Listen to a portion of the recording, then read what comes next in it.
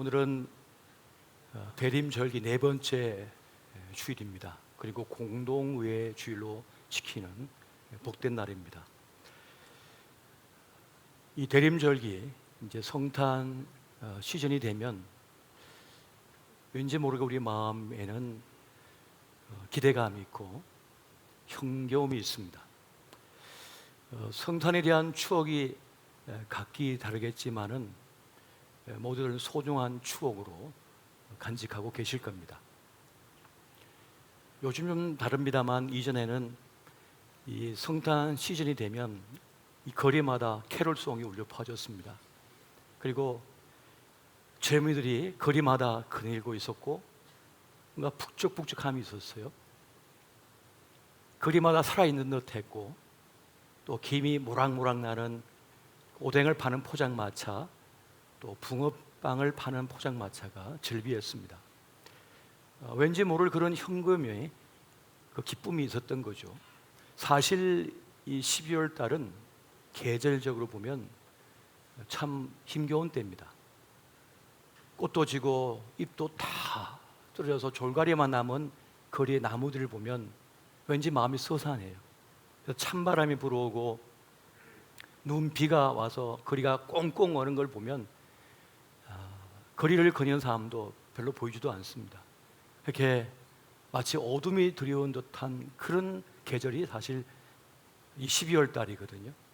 그런데 이 대림절기와 성탄 시즌이 있기에 그 교회에서 흘러나오는 사랑의 온기가 세상을 따뜻하게 만들고 그 대림절에 그 초가 하나둘 켜질 때 그 어두운 세상을 밝혀내는 그런 은혜가 있었던 것을 기억합니다. 이 성탄 전야 그 발표회를 준비하기 위해서 아이들이 한 달 내내 그렇게 교회에서 북적거리며 준비합니다. 아이들의 웃음소리, 깔깔거리는 소리가 이곳저곳에 넘쳐났고 또 그 밤에 그렇게 축제를 벌일 때는 모두가 흥겨워했습니다. 아이들의 재롱을 보기도 하고 그 함께 찬송 부르며 즐거웠던 것이죠. 그 밤을 새워가며 또 새벽성을 돌았습니다. 저의 청년 때에는 교회가 중곡동에 있었는데 포천까지 새벽성을 돌았어요. 그 포천에 기도원이 있어가지고 기도원 원장님과 여러 식구들이 교회 그 기도원에 있었기 때문에 승합차를 타고 이 눈보라를 뚫고 그렇게 새벽성을 돌고 왔습니다. 근데 어느 날은 오는데 이 차가 너무 오래돼가지고 뒤쪽에 문이 덜컹하고 빠져버린 거예요. 그래가지고 청년들이 그 손잡이를 붙잡고 닫히지도 않는 그 승합차를 붙잡고 말이죠. 문을 붙잡고 찬바람을 맞으면서 그렇게 교회로 들어왔던 기억이 납니다. 그렇게 2시간 가까이 오는데 덜컹거리기도 하고 눈보라가 들어오고 또 그래도 청년들이 깔깔거리고 재밌다고 웃고 그랬던 추억이 있습니다. 바로 이러한 성탄절의 추억, 오늘 우리 교회가 되찾았으면 좋겠습니다. 그 흥겨움이, 그 즐거움이, 그 따뜻함이 있는 교회, 그러한 교회가 하나 둘 그렇게 힘이 있어 세워져 갈 때 이 세상의 어둠을 몰아내고 빛으로 가득 채운 그러한 계절을 만들 수 있을 것입니다. 저와 여러분이 그 일에 함께 하시기를 예수 이름으로 축원드립니다. 이 대림절기를 맞으면서 기억이 나는 그런 인물들이 있습니다. 그 떠오르는 인물 중에는 주 오심에 그 길을 닦았던 세리요한이 있고요. 그리고 별을 보고 찾아왔던 이 동방 박사들이 있습니다. 그리고 누구보다 먼저 아기 예수님을 찾아왔던 그 목동들이 있었던 것을 우리는 기억합니다. 그러나 이 성탄 시즌에 가장 중요한 인물을 꼽으라면 우리 요셉과 마리아를 생각하게 됩니다. 사실 요셉을 생각할 때마다 깜짝깜짝 놀라는데요. 자기와 정혼한 그 소녀가 아기를 가졌다고 하는 그 소식을 들었을 때 얼마나 충격을 받았을까. 아마도 큰 배신감과 함께 분노가 치밀어 올랐을 것입니다. 하지만 그런 안으로 그 노를 사귀면서 파혼을 하려고 합니다. 이 소녀가 앞으로 경험해야 될 사회적 수치와 고립을 생각할 때 차마 그렇게 할 수는 없었던 것 같아요. 조용히 파혼을 하려고 합니다. 근데 그러던 중에 천사가 와서는 이것이 하나님의 뜻이라고 알려줍니다. 요셉은 내면의 갈등도 있습니다만은 자기 체면과 주변의 시선을 의식하지 않고 하나님의 뜻을 받들기로 작정을 합니다. 자신의 상식과 경험으로는 도저히 납득할 수 없고 이해할 수 없는 일이었지만은 하나님의 뜻, 하나님의 구원의 방법을 수용하고 받아들이게 됩니다. 마태는 이러한 요셉을 의로운 사람이다 그렇게 말하고 있는 것을 보게 됩니다. 여러분, 누가 의로운 사람일까요? 자신의 생각과 뜻이 달라도 하나님의 뜻이라면 기꺼이 그것을 받아들이는 사람, 기꺼이 자신을 바치는 그 사람이야말로 의로운 사람이다 라고 말을 할 수가 있을 것입니다. 그의 거룩한 결단과 순종은 하나님의 놀라운 구원 역사를 열어내는 바로 그 길을 만들게 되었습니다. 또 우리가 주목해야 할 매우 중요한 인물이 있습니다. 바로 마리아입니다. 사실 마리아에 대해서는 교회들이 이렇게 썩 호의적이지 않는 것 같습니다. 그래서 좀 소홀히 다루는 면도 있습니다. 아마도 그것은 이 마리아 숭배라고 하는 이 카톨릭의 과도한 프레임 때문에 우리가 불편하게 느끼고 있는 것인지도 모르겠습니다. 네, 그렇다 하여도 10대 소녀가 감당하기엔 너무나 큰 그 하나님의 부르심과 그 역사 앞에 나아가 자신을 기꺼이 바쳤다고 하는 이 사실은 우리가 본받아야 할 그 신앙의 모습이 아닐 수가 없습니다. 누가복음 1장 38절에 보면 마리아가 그렇게 말을 하죠. 주의 여정이 오니 말씀대로 내게 이루어지이다. 아직 철없어 보이고 어려워 보이기만 한 이 소녀가 놀라운 고백과 헌신을 자처하고 있는 것을 보게 됩니다. 그렇게 하나님의 큰 구원의 역사 앞에, 그 부르심 앞에 아멘으로 화답하고 이 소녀는 자신을 바쳤던 것이었습니다. 하나님의 역사는 기꺼이 자신을 바치는 일을 통하여 이루어져 왔음을 우리는 성경 곳곳을 통하여 또 기독교 역사의 면면을 통하여 우리는 잘 보고 있습니다. 여성학자인 리스 이리 가레이라고 하는 분은 그런 말을 합니다. 남성들이 여성성을 극복할 때 이 세상은 더 평화로워질 것이라고 하면서 여성의 몸이 갖는 특수성에 대해 이렇게 말을 합니다. 여성의 몸은 병이나 거부 반응, 생체 조직의 죽음을 유발하지 않고 자기 안에 생명이 자라도록 관용하는 특수성을 지니고 있다. 유기초로서의 인간의 신체는 어떤 이물질이 들어오면 면역 체계를 작동시킨답니다. 그래서 외부에서 들어온 걸 죽여버립니다. 몰아내버리는 것이죠. 그런데 유일하게 오직 한 가지만은 받아들인답니다. 바로 그것은 임신이라고 하는 것입니다.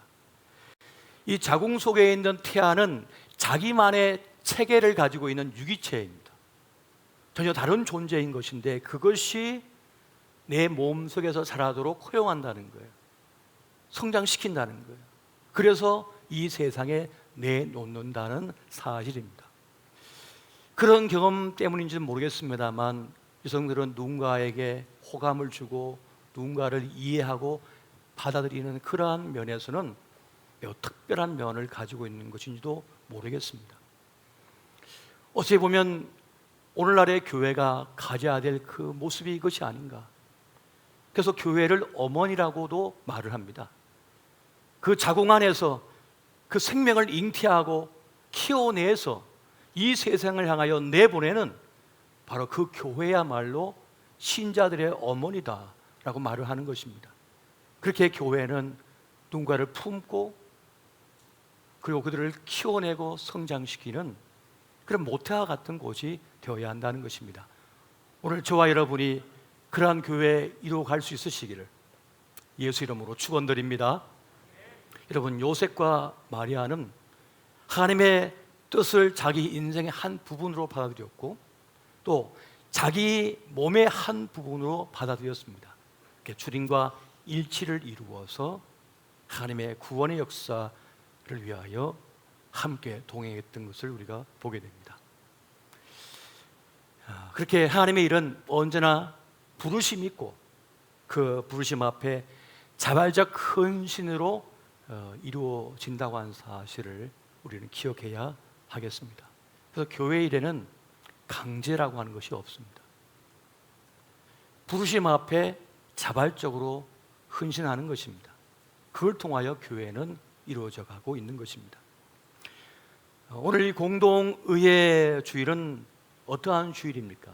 이 주일은 한 해 동안 하나님의 부르심 앞에 나를 바쳐드려서 이루어낸 것에 대하여 하나님 앞에 감사하고 하나님 앞에 영광 돌려드리는 매우 의미 있는 주일이 바로 공동의회 주일이 됩니다. 또 새로운 한 해를 앞두고 하나님의 부르심 앞에 우리가 순종하여 나를 바쳐드리겠다고 다짐하고 주님께서 부여하신 그 사명의 길을 가겠다고 확신하며 선포하는 바로 그 자리가 이 공동의회 주일이 되겠습니다. 제 기억 속에 공동의회 주일은 다 은혜로웠지만 딱 한 번만큼은 제게 너무나 큰 고통과 아픔이 된 적이 있었습니다. 20대 후반 전임 전도사를 할 때 어느 날 대예배 시간에 공동의회를 하는데 삿대질을 하고 서로 우격다짐을 하고 주먹을 불끈쥐고 마치 저작거리에서 일어나는 일들이 교회 안에 일어난 것을 저 뒤쪽에서 제가 봤어요. 그를 보면서 제 마음속에 피눈물이 흘렸습니다. 어찌 하나님을 믿는다고 하는 사람들이 하나님의 이름은 온데간데 없고 자기 이름만 내세우고 자기 주장만 내세우고 싸움박질을 하고 있는가? 뒤에서 의분과 그 분노가 저를 사로잡아 버렸어요. 막 소리 벌벌 떨렸어요. 어찌해야 할지 모르겠어요. 그러면서 다짐하기를 내가 담임 목회를 한다면 절대로 이런 악한 일은 있지 않게 할 것이다. 만약 이러한 일이 있다면 목숨으로서 그것을 하나님 앞에 대가 치르겠다고 그런 다짐을 한 적이 있었습니다. 하나님의 예배가 무너지면 우리 인생도 무너지는 것이요, 우리는 하나님 나라에 들어갈 자격이 없는 것입니다. 그래야 얼마나 수많은 이들이 하늘로 향하다가 지옥으로 떨어진지 모르겠습니다. 공동의회 주일은 오직 하나님께 영광을 올려드린 것이고 그분만을 바라보는 자리임을 여러분 명심하시기 바랍니다. 오늘 우리가 이 대림절기를 지나면서 기억해야 할 가장 중요한 분이 있습니다. 그분은 바로 예수 그리스도, 바로 그분이십니다. 여러분 오늘 본문의 말씀 보면 예수를 깊이 생각하라라고 말씀하고 있습니다. 여러분 히브리서 3장 1절 2절 말씀을 우리 같이 한번 한 목소리로 보시겠습니다. 자, 시작. 그러므로 함께 하늘의 부르심을 받은 거룩한 형제들아, 우리가 믿는 도리의 사도이시며 대제사장이신 예수를 깊이 생각하라. 그는 자기를 세우신 이에게 신실하시기를 모세가 하나님의 온 집에서 한 것과 같이 하셨으니. 아멘. 여기서 하나님의 온 집이라고 하는 것은 건물이 아닙니다. 이것은 하나님의 백성들을 말하는 것이고 하나님의 자녀를 말하는 것입니다. 그러니까 모세가 하나님의 집에 하나님의 백성들을 향하여 신실하게 충성되이 그렇게 자기의 모든 걸 바쳤던 것처럼 하나님의 아들이신 예수 그리스도께서는 하나님의 백성들을 위하여 그 자녀들을 위하여 신실하셨고 충성하셨다라고 하는 것을 지금 우리에게 말씀해 주고 있는 것입니다. 여러분 대제사장이 누구입니까? 대제사장은 하늘과 땅을 잇는 사람입니다. 우리가 죄로 인하여 하나님과 단절되어졌습니다. 그리하여 우리는 하루살이 인생이 되고 말았습니다. 세상에서 아무리 큰 영광, 큰 부귀, 영화를 누린다 할지라도 조금 살다가 끝나는 하루살이 생명이 단절되어 있어요. 아름답고 화려하나 뿌리에서 잘린 이 꽃꽂이와 똑같아요. 화려하고 멋지지만 조만간 말라 비틀어서 불아궁이에 던져져서 태워져 버릴 그런 인생들이 되었다는 것입니다. 그런데 대제사장이신 예수 그리스도께서 이 땅에 오셔서 하나님과 우리 사이에 끊어진 그 탯줄을 다시 이어놓으신 거예요. 바로 그 일을 하신 분이 바로 누구시냐? 대제사장이신 예수 그리스도. 자신의 목숨으로서 우리의 죄값을 대신 치르시고 그 일을 이루셨다는 사실입니다. 바로 그 대제사장이신 예수께서 십자가에 달리셨을 뿐만 아니라 우리를 위하여 온 정성과 온 충성을 다하고 계시다는 것을 우리가 기억해야 된다는 것, 이것이 바로 예수를 깊이 생각하라고 하는 이 메시지인 것입니다. 여러분, 히브리서 3장 6절 말씀을 같이 한번 보겠습니다. 시작. 그리스도는 하나님의 집을 맡은 아들로서 그와 같이 하셨으니 우리가 소망의 확신과 자랑을 끝까지 굳게 잡고 있으면 우리는 그의 집이라. 아멘. 주님께서 이루어놓으신 그 구원, 그 사랑을 깨닫고 주님을 향하여 그 사랑을 붙들고 있으면 우리는 영원토록 그분의 소유된 백성이다, 자녀다라고 하는 것을 우리에게 말씀해 주고 있다는 것입니다. 그래서 어떠한 상황과 어떠한 형편 속에 있다 할지라도 그 주님을 생각하고 또 생각하고 바라보아야 한다는 것을 말씀해 주고 있다는 것입니다. 여러분, 히브리서 12장 2절 말씀 같이 한번 보겠습니다. 자, 시작. 믿음의 주요 또 온전케 하신 예수를 바라보자. 그런 그 앞에 있는 기쁨을 위하여 십자가를 참으사 부끄러움을 개치 아니하시더니 하나님 보좌 우편에 앉으셨느니라. 아멘. 여기서 말하고 있는 그 기쁨을 위하여 십자가를 참으셨다는 말씀, 그 기쁨은 무엇일까요? 바로 사랑하는 우리를 살려내는 그 일입니다. 그것이 너무 기쁘다는 거예요. 그럼 자식을 먹이 위하여 꼭두새부터 늦은 밤까지 일하는 아버지, 어머니의 마음은 슬플까요? 그렇지 않습니다. 내가 내 자식을 위하여 내가 땀을 흘리고 있구나, 직장을 가지고 있구나, 내가 일할 수 있는 기쁨이 있어요. 이 아이들을 위해 내가 뭘 못할까 하는 그 기쁨이 있는 거예요. 그 소망이 있는 것입니다. 그 큰 구원을 성취하는 그 기쁨이, 바로 우리를 살려내는 그 기쁨이 우리 예수님께 있다는 것을 말씀해 주고 있다는 것입니다. 여러분, 이 추운 계절에, 이 서산한 계절에, 이 어둠의 계절에 우리는 예수님을 깊이 생각할 수 있어야 됩니다. 다른 것에 마음을 뺏기지 마셔야 됩니다. 세상에 아무리 그 인공의 불빛이 멋있어 보여도 그건 가짜입니다. 우리 인생에 참 빛을 주시는 분, 어둠을 몰아내시고 참된 인생의 기쁨과 빛을 주시는 바로 주님이 우리에게 있다고 하는 사실을 우리는 깊이 생각할 수 있어야 하겠습니다. 여러분, 주님을 보지 않고서 나 자신을 보면 무너져 버립니다. 실망감으로 가득합니다. 이것밖에 안 되나? 그렇게 정신 살았는데 겨우 이거야. 주님을 바라보지 않고 세상을 바라보면 막막하기 그지없습니다. 이 험난한 세상을 어떻게 살아갈까? 주님을 바라보지 않고 내 통장 잔고를 보면 살 맛이 나지 않습니다. 그저 자기 피해, 자기 비참에 빠질 뿐입니다. 주님을 먼저 보고서야 우리는 세상을 볼 수 있어야 되고, 주님을 먼저 보고서야 나를 볼 수 있어야 됩니다. 주님을 먼저 생각하고서야 세상을 생각하고, 주님을 먼저 생각하고서야 나를 생각할 수 있어야 한다는 사실입니다. 여러분, 탕자가 참 실패 끝, 고생 끝에 이제 아버지 집으로 돌아옵니다. 근데 동구 밖에서 이미 아버지가 기다리고 있었어요. 몇 날 며칠 기다렸는지 모르겠습니다. 그 탕자가 돌아오니까 아버지가 쫓아와서 그 아들을 붙잡고 품에 끌어안고 꽉 끌어안고는 볼을 비비고 뽀뽀를 하고 눈물을 흘리고 어찌할 줄 모릅니다. 그리고 손에 있는 가락지를 빼서는 그 아들 손에다 끼워주고 옷을 입혀주고 그리고는 집에 잔치를 벌입니다. 그리고 그 아들을 향하여 모든 지위를 회복시켜 버립니다. 세상에서는 실패자, 세상에 버림받은 자입니다. 세상적으로 소망이 없는 자였습니다.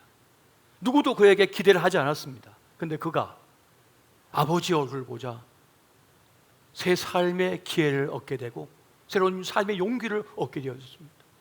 다시 살맛이 나버렸어요. 아버지를 보고 주님을 보고 세상을 보자 세상의 문제가 되지 않습니다. 왜냐? 아버지가 이렇게 나를 사랑하거든요.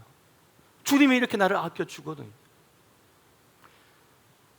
저도 학창시절에 서울수를 공부하다가 몸이 너무 안 좋구나 방학 때가 되면 집에 내려갔습니다. 몇 시간씩 차를 타고 내려가서 그 낙동강을 건너가지고 집에 어둑어둑해지는 저녁에 집에 들어가면요, 이 동네마다 이제 아궁이에 불 뒤에서 밥을 하나 봐요. 구수한 냄새가 동네마다 나는 겁니다. 그 냄새 맡으면 집에 들어가는데 교회가 하나 있어요. 조그만 교회. 근데 거기서 들어가서 엎드려 기도하고 이제 집으로 가면 어머니가 얼마나 기다리셨는지 부선발로 쫓아와가지고 저를 끌어안고 볼을 비비고 뽀뽀를 하고 아이고 내 아들 잘 왔다 하면서 그냥 몸 이거 조금 앉아주는 거예요. 그리고는 방을 따뜻하게 갖고는 이제 아랫목에다가 이불을 깔고는 잠을 자게 하고 닭을 잡아가지고 백숙을 해가지고 먹이고 그럼 어김없이 하루 동안은 끙끙 앓아요. 몸살 나가지고. 그런데 그날 저녁 되면 다시 몸에 힘이 북돋아 올라요. 어머니의 사랑, 어머니의 손길로 다시 용기를 얻고 힘을 얻는 거예요. 세상에 겁날 게 하나 없어요. 그 사랑, 그 힘을 받아가지고 다시 이제 서울로 공부하러 올라갔습니다. 세상만 바라보면 나는 아무것도 아니고 빌릴 구석도 없고 이길 힘도 없습니다만 그 어머니의 품에 한번 안기고 어머니의 얼굴을 한번 보고 나면 어머니의 음성을 듣고 나면 다시 힘을 얻어가지고 그렇게 세상을 향하여 나갔다는 것입니다. 그렇게 우리는 먼저 예수를 깊이 생각해야만 하는 것입니다. 나를 위해 십자가 지신 주님, 나에게 모든 것을 선물로 주시는 그 주님, 그 사랑을 깨닫고 알 때라야 우리는 세상을 이길 힘을, 그 내적인 힘을 얻게 된다는 것입니다. 여러분, 사도 바울은 그런 말을 합니다. 우리가 하나님과 원수 되었을 때 그가 나를 위하여 죽으셨고 나를 사랑하셨노라. 이게 바울의 고백이었습니다. 우리는 전에 하나님과 원수로 살았습니다. 구원 밖의 인생이었으며 하나님을 거역하던 인생들이었습니다. 그런데 주님은 우리를 기어이 하나님의 자녀 삼아주시고 하나님 백성 삼아주시고 우리에게 하늘의 것을 유산으로 물려주셨습니다. 우리를 끝까지 사랑하시며 우리 인생의 기회를 새롭게 주셨던 것입니다. 이러한 우리를 향한 주님의 사랑을 생각할 때라야, 또 생각하며 깨닫게 될 때라야 우리는 이 세상을 이길 수 있고 나를 극복할 수 있게 된다는 것입니다. 할렐루야. 오늘 이것을 위해서 예수를 깊이 생각하라고 말씀하시는 것입니다. 여러분, 무기력을 극복하고 삶의 의미를 되찾기 위하여 예수를 깊이 생각하시기 바랍니다. 깊이, 예수를 깊이 생각해야만 하는 것입니다. 그리고 우리가 예수님을 깊이 생각할 때 중요한 사실을 확신할 수 있어야만 합니다. 여러분, 빌립보서 1장 6절 말씀을 같이 한번 보시겠습니다. 자, 시작. 너희 안에서 착한 일을 시작하신 이가 그리스도 예수의 날까지 이루실 줄을 우리는 확신하노라. 아멘. 이 세상의 모든 것은 유통기한이 있습니다. 애정도 유통기한이 있습니다. 남녀간의 사랑도 유통기한이 있습니다. 음식도 유통기한이 있는 것처럼 우리 몸의 건강도 유통기한이 있습니다. 우리의 재능도 능력도 유통기한이 있습니다. 다 빠져나가고 다 떠나가고 사라져 버립니다. 그런데 주님만은 우리를 떠나지 않고 우리와 함께 하시면서 우리를 향하여 계획하신 그 착한 일을 주 예수 그리스도께서 다시 오실 그날, 이 땅의 마지막 날까지도 이루신다라고 지금 약속하고 있다고 한 사실을 여러분 믿으시기 바랍니다. 착한 일을 시작하신 그분께서 끝까지 이루신다고 하는 것을 믿는 사람, 그 예수를 깊이 생각하는 사람은 이 세상을 극복할 수 있다는 것입니다. 여러분, 사실 행복은요, 소유의 문제가 아닙니다. 행복은 지식의 문제도 아닙니다. 행복은 지혜의 문제도 아닙니다. 행복은 생각의 문제이고 믿음의 문제입니다. 모든 것을 은혜로 알고 긍정적으로 받아들이는 사람이 있습니다.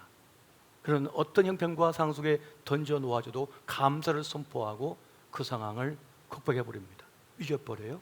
그런데 어떤 이는 믿음이 없어 부정적으로 모든 것을 생각하기 시작합니다. 그러면 그는 평생 불행 속에 살게 됩니다. 일이든지 사람이든지 자기 자신까지 부정적으로 바라보아요. 의심하고 불신하고 스스로 불행을 자초합니다. 왜 그럴까요? 인간은 죄성을 가지고 있기 때문에 그렇습니다. 창세기 6장 5절 보니까 여호와께서 사람의 죄악이 세상에 가득함과 그의 마음으로 생각하는 모든 계획이 항상 악할 뿐임을 보시고, 생각하면 할수록 악해진대요. 말을 하면 할수록 나쁜 말이 나온대요. 뭘 만지면 만질수록 망가뜨린대요. 왜 그럴까요? 인간은 죄성을 가지고 있기 때문에 그렇습니다. 누군가를 생각하면 할수록 기분이 나빠져요. 그리고 의심해요. 그 사람의 호의, 그 사람의 친절을 의심합니다. 뭔가 이유가 있을 거야. 나한테 잘못한 게 있을 거야. 뭔가 노리는 게 있을 거야. 안 믿어요. 그리고 자기 인생도 안 믿어요. 나한테 좋은 일이 일어날 리가 없어. 나에게 절대로 좋은 일이 생기지 않을 거야. 내 아들에게 좋은 일 안 생길 거야. 내 딸에게도 좋은 일이 안 생길 거야. 왜요? 믿음이 없어요. 나쁜 믿음을 갖고 있어요. 부정적으로 생각하는 거예요. 이것을 이겨낼 방법은 오직 한 가지밖에 없습니다.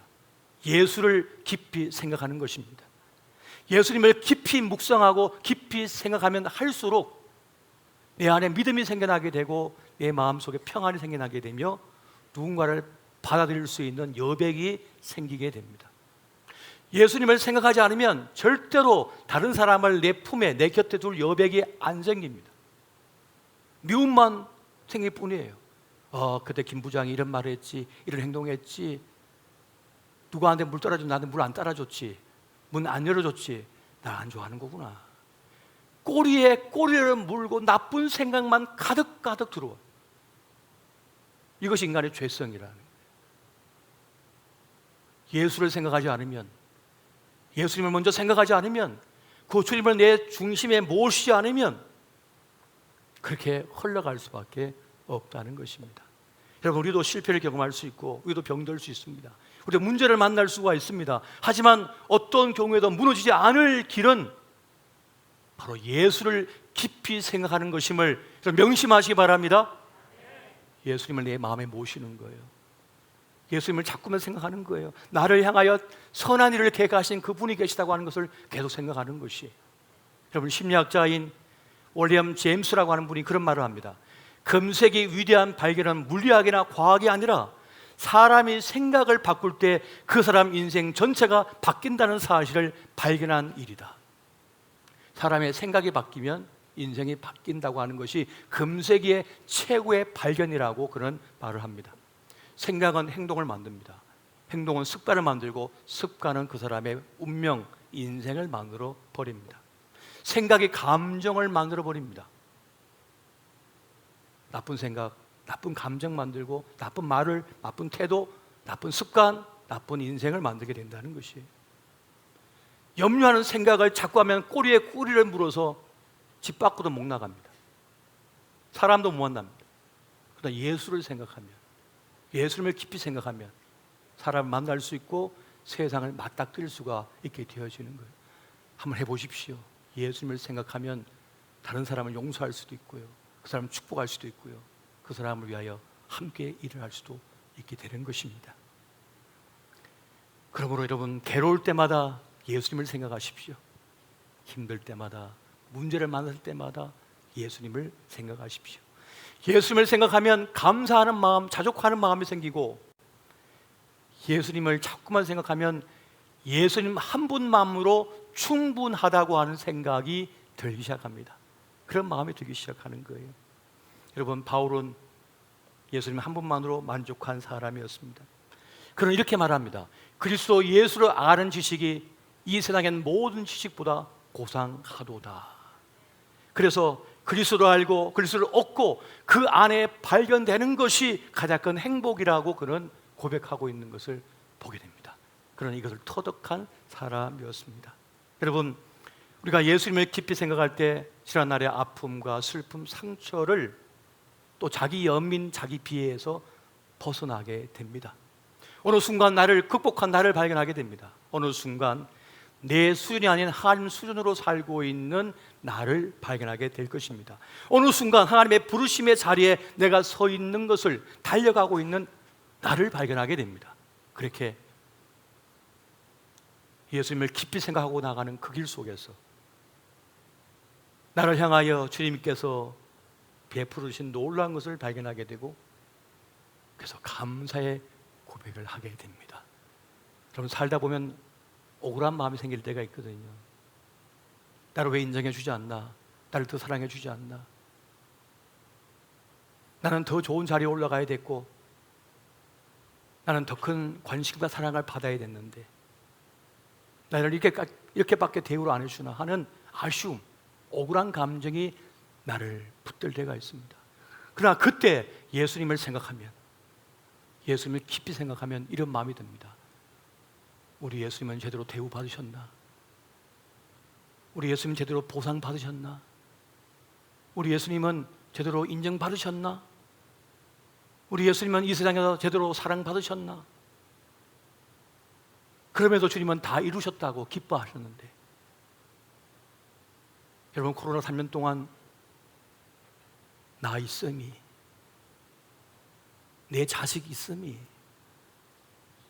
내 부모, 내 형제 있음이, 여러분, 은혜의 힘을 기억하시기 바랍니다.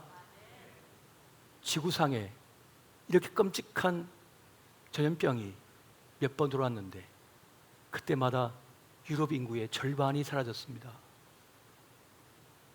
조선시대 때도 마찬가지였습니다.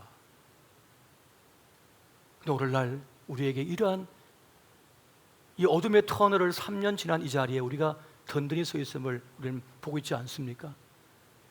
예수를 깊이 생각하면 보이지 않았던 것이 보이고 느끼지 못했던 것을 느끼기 시작합니다. 그래서 감사와 영광과 은혜의 자리에 서게 되는 것입니다. 그럼 이 대림절기, 이 성탄 시즌에 예수를 깊이 생각하시고 주님의 은혜 가운데 거하시기를 예수 이름으로 축원드립니다.